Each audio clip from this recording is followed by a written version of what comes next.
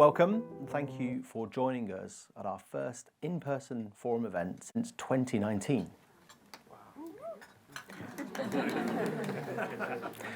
I'm Steve Hayes. I co-lead the HR practice at Dartmouth and I'll be your moderator today.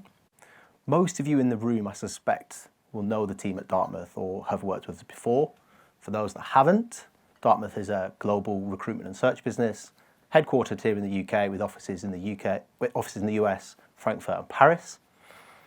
We have trebled roughly in the last 3 years with now just under 200 staff globally. Dartmouth is also part of the Kernel Group, which recently announced investment from Three Hills Capital Partners, which will help to further accelerate our growth over the next few years.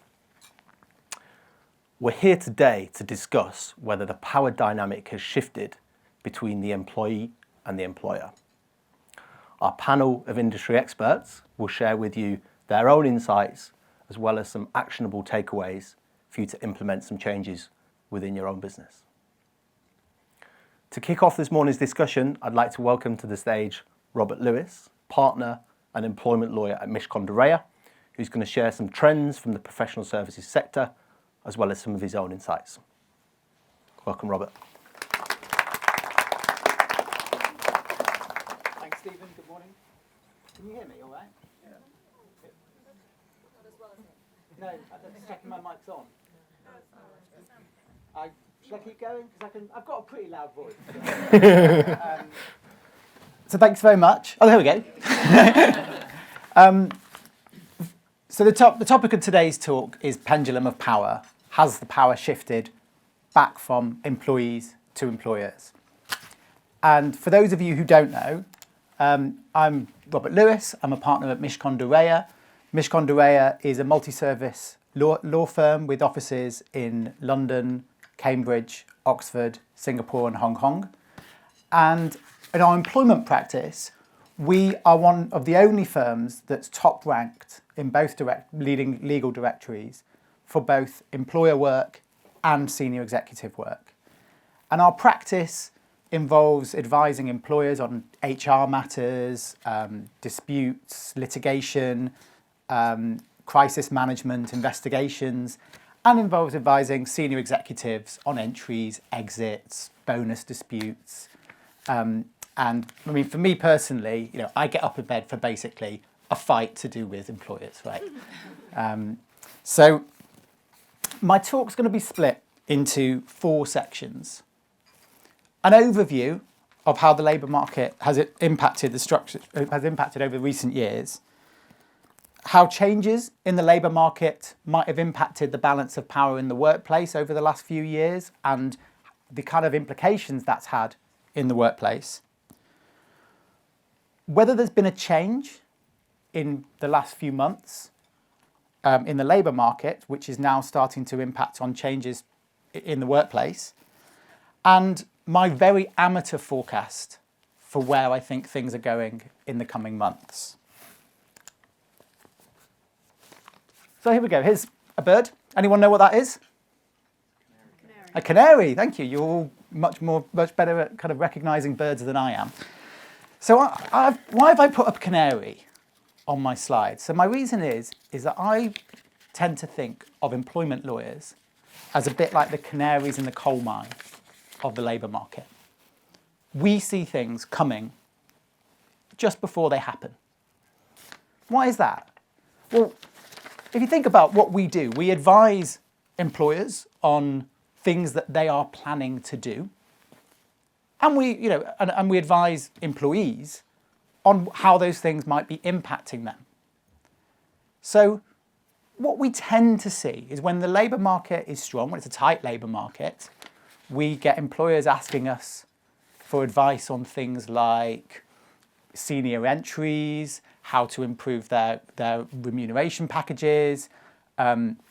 Employers might be feeling quite emboldened and they might be doing well, so they start looking at their competitors and thinking, well, I wouldn't mind lifting that team into our place. How are we going to do that?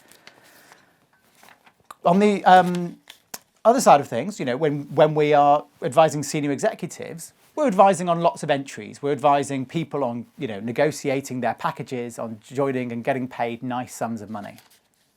On the opposite side of things, when the labour market starts to loosen, we start to get contacted quite early to advise on things like redundancies. The way redundancy law works in this country, if you're planning to make 20 or more people redundant within 90 days, that's going to take a lot of planning and legal input to get that right. So we start getting those emails and phone calls several months before the employees get wind of them. And then on the opposite side of that, you'll get, if you're advising employees, you'll start getting a trickle of contact about, oh, my employer started a redundancy consultation. Oh, can I get some advice on this? And we tend then to see an uptick in employment litigation as employees start to try and protect themselves and start to feel vulnerable in their jobs. So, taking it at a sector level, you would expect that when the labour market is tight, employees overall should feel emboldened, should feel comfortable in their jobs, and one would expect them to start asking more of their employers.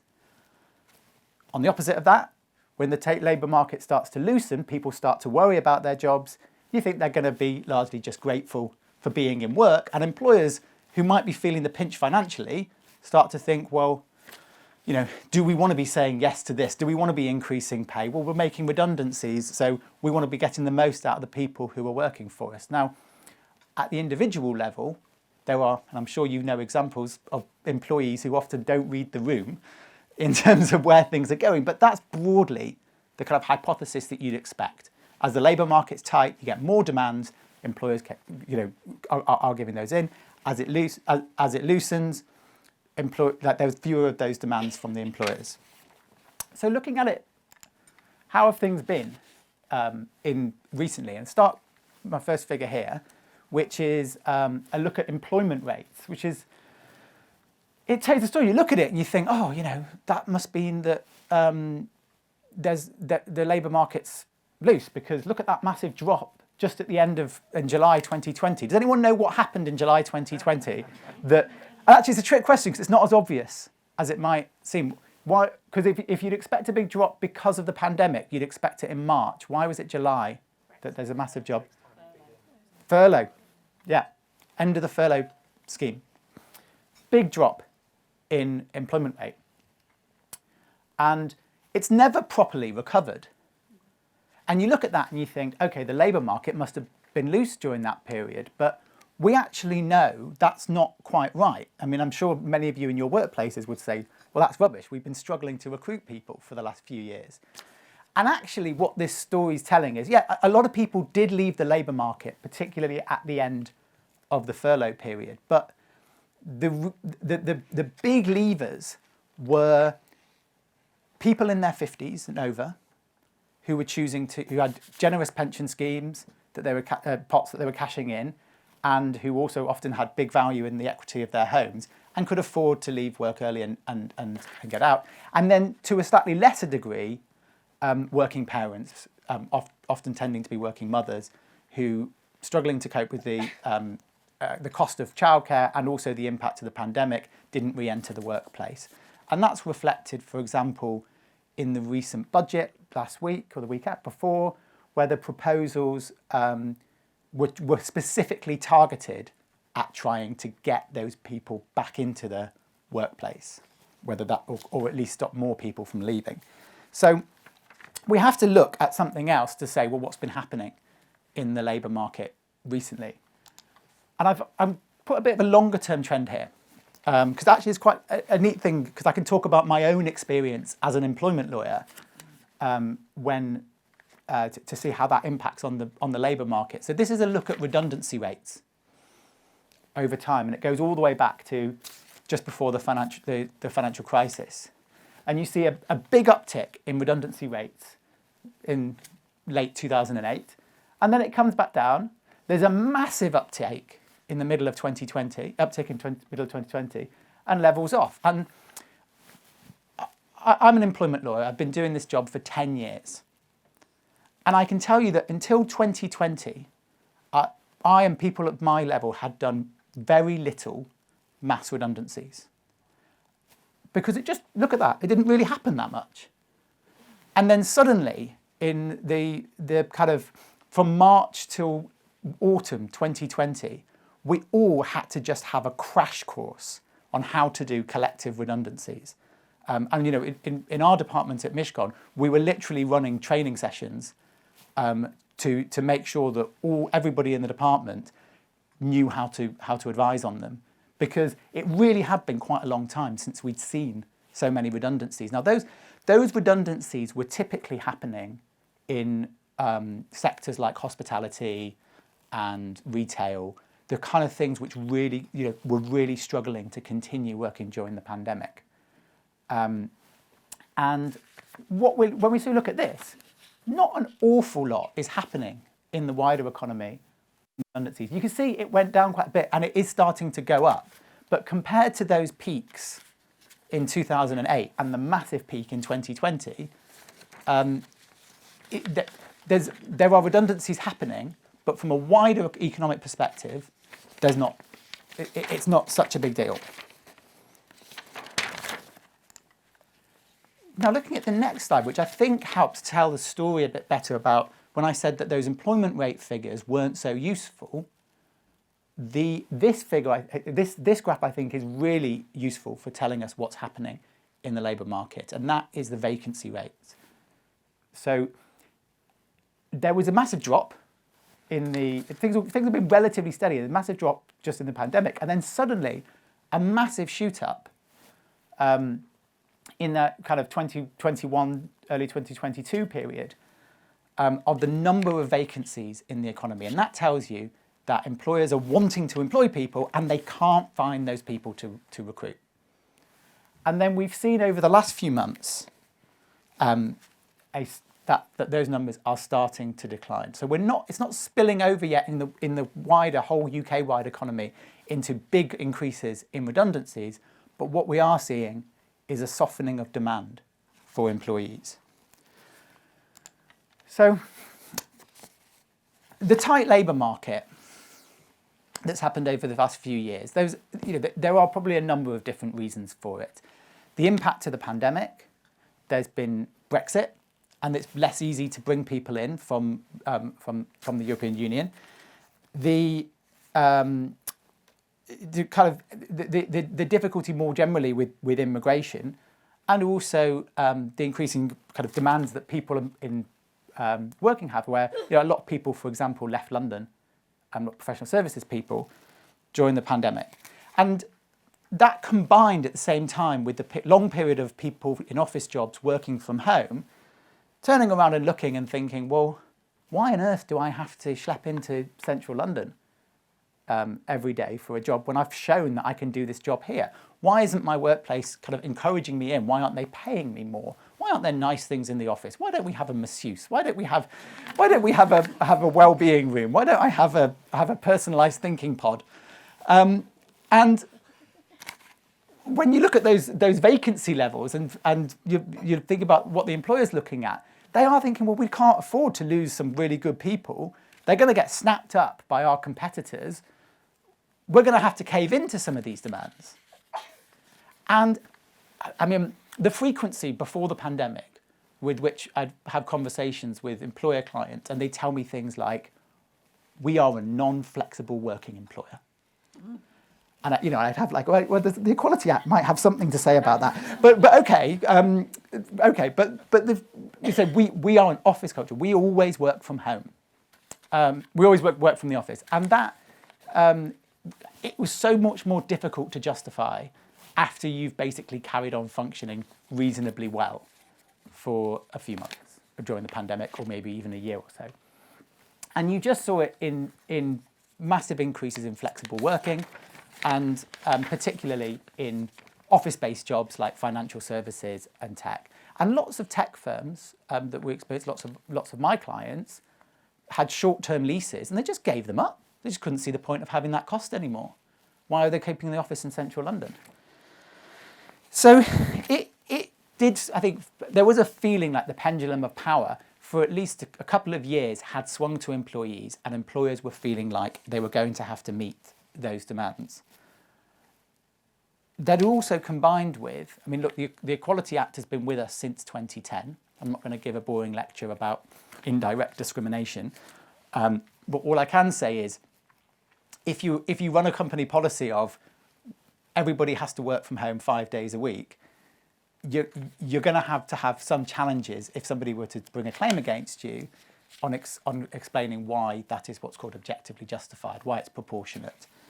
And if you've coped well during the pandemic, it's going to be even harder to justify now. Combined with that is also the 2019 manifesto commitment from the Conservatives, the government, to bring in flexible working requests as a day one right, which is a bill going through Parliament right now, should become law within the next few months. So has the pendulum started to swing back?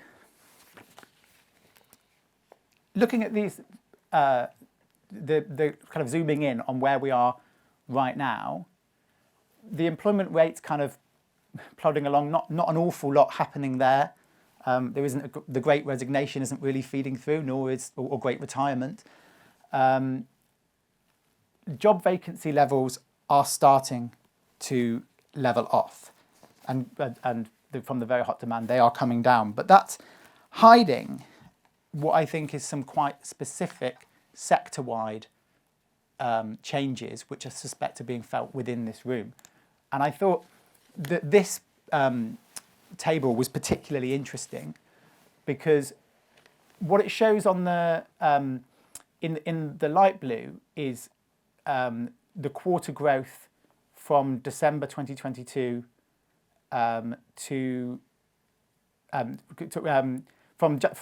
January to March 2020. So you can see the increases over the last couple of years, but then in the most recent quarter, the quarter growth, and what you'll see in the dark blue is that most recent, and you can see that most sectors saw a big growth in that kind of 2 to 3 year period, but then in the last quarter, you're seeing specific sectors having quite a big contraction. And they are, looking particularly seeing things like professional, scientific and technical activities, information and communication, other service activities. And we're seeing it through in the news.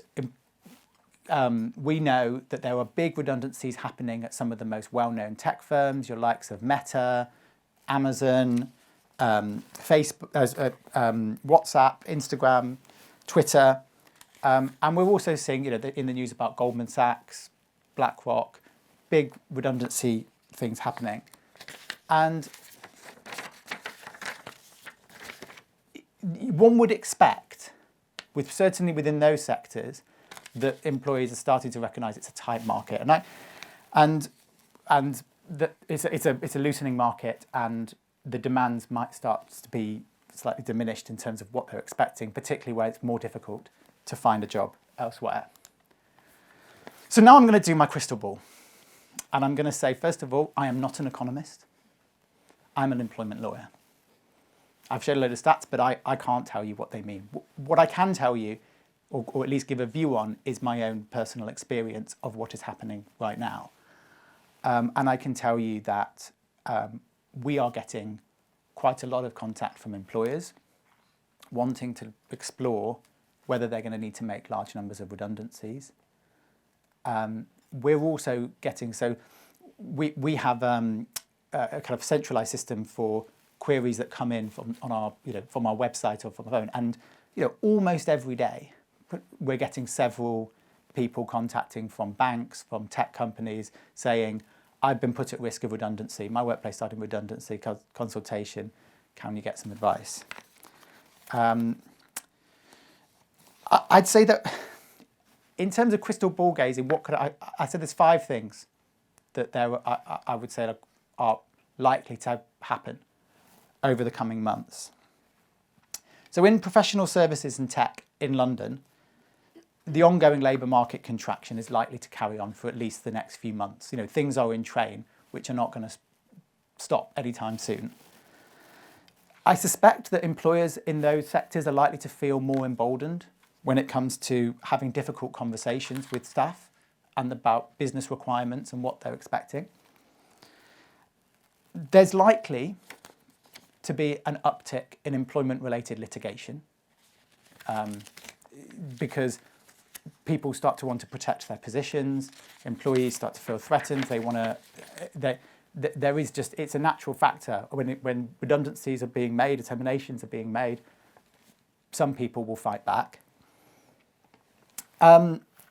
It's possible, we haven't seen it yet, that we might see a return of something which happened in the months and years after the great financial crisis, which is that firms with more cash and more profit, who are sitting a bit in a more comfortable position, start looking at their competitors who are struggling and looking at the more profitable divisions of those competitors and thinking, well, here's an opportunity.